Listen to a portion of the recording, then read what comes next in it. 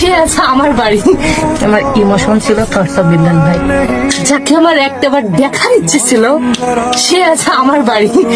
আসলে বিল্লাল চৌধুরী ভাইকে কি দেখার জন্য তুই বাসায় আনছস নাকি গোয়া মারা দেওয়ার জন্য রে বোন?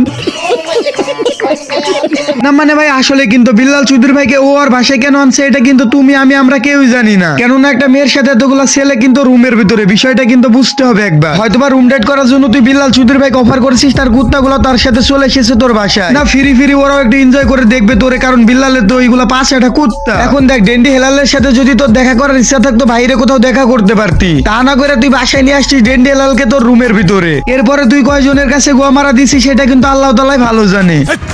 কি বলছিস? আবার আফাই আমাদের ভিডিওর ভিতরে এসে বললো কি যে বিল্লাল চৌধুরী ভাই নাকি তার ভাই লাগে। চলো তোমাদেরকে সেই ক্লিপটা আরো একবার দেখাই। সে আছে আমার বাড়ি।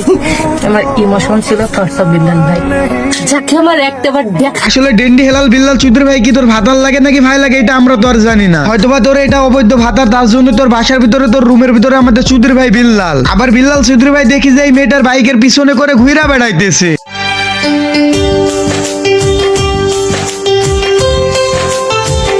এগুলো দেখার পরে কিন্তু অডিয়েন্সে মানুষে ভালো করে বুঝে গেছে এটা কি তোর ভাই লাগে নাকি তোর অবৈধ ভাতার লাগে। দুইজনে বাইকের উপরে এমন করে বসে আছে, তোমরা কি বুঝতে পারছো ব্যাপারটা একবার? এখনো যদি মনে করো যে বিল্লাল চৌধুরী ভাই ওর ভাই লাগে, কিন্তু ব্যাপারটা এমন না রে ভাই। বিল্লাল চৌধুরী ভাই কিন্তু ওর অবৈধ ভাতারই লাগে। বিল্লাল চৌধুরী ভাই যে ওর অবৈধ ভাতার লাগে, তোমরা এই ভিডিওর ক্লিপটাকে দেখো মনোযোগ সহকারে, তাহলে কিন্তু তোমরা বুঝে যাবা।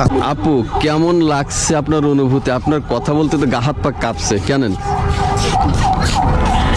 কারণ সে আমার ক্রাশ, আর ক্রাশকে এত কাছ থেকে দেখা, তার সাথে বাইকে চড়া, তার সাথে আড্ডা দেওয়া, এটা অনেকের স্বপ্ন, আর এটা আমি বাস্তবায়ন করছি। তাহলে আপনারাই ভাবেন আমার কেমন লাগছে। সত্যিটা কিন্তু ম্যাগিটা নিজের মুখে স্বীকার করে ফেলেছে বিল্লাল চৌধুরী ভাই ওর কি লাগে। আসলে যে ডেন্ডেলালকে সে কাছ থেকে দেখেছে, এরপরে ঘোরাঘুরি করেছে, অনেক আড্ডা দিয়েছে, ব্যাপারটা এমন না রে ভাই। আরো অনেক কিছুই কিন্তু আছে, সেটা কি তোমাদেরকে আমি বলি। সেটা হলো আবাসিক হোটেলে গিয়ে কয়বার রুম ডেট করেছে বিল্লাল চৌধুরী ভাইয়ের কাছে, আই মিন গোয়া মারা দিয়েছে, তা কিন্তু তারাই ভালো জানে।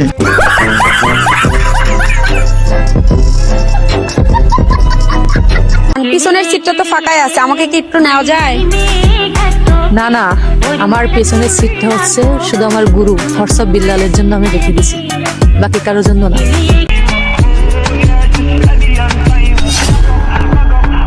মানে ভাই বুঝলাম না, বিল্লাল চৌধুরী ভাইয়ের সাথে গিয়ে কি ও ডেন্ডি পর্যন্ত খায় নাকি এটা আমি বুঝলাম না। একবার বলতেছে বিল্লাল চৌধুরী ভাই নাকি ওর ভাই লাগে, একবার বলতেছে ভাতার লাগে, একবার বলতেছে গুরু লাগে। মানে ভাই কি বলতেছে নিজেও ভালো করে জানে না। না মানে ভাই বর্তমান মেয়েদের যে অবস্থা, তারা কিন্তু ডেন্ডিও খাইতে পারে, ভাতারের সাথে গিয়ে বয়ফ্রেন্ডের সাথে গিয়ে গোয়া মারাও খাইতে পারে। এইসব ম্যাগি গুলা কিন্তু নিজের ভাতারের কাছে অতটা বেশি মারা খায় না, যতটা বেশি মারা খায় কিন্তু অবৈধ ভাতারের কাছে গিয়ে। আবার দেখি যে দুইজনে মিলে কিন্তু স্যাড ভিডিও বানায়, চলো তোমাদেরকে সেই ভিডিওটা দেখায়। তুমি হিনা কষ্ট হয়, পাজরের হাড়গুলোর হচ্ছে ক্ষয়, বোঝাতে চেয়েও পারিনি আমি হৃদয় ভাঙার এই আর্তনাদ, শুনতে পাও কি তুমি?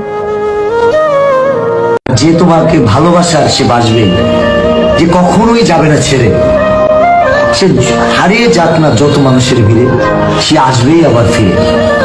আসলে ভালোবাসলে যে এত কষ্ট ভালো লাগে তা আমার জানা ছিল না, গুরু আপনার থেকে শিখলাম। কি কষ্ট রে ভাই, দুইজনের কি কষ্ট। এদের কষ্ট দেখে আবার চোখ দিয়ে না আমার সোজা ধন দিয়ে পানি পড়তেছে রে ভাই।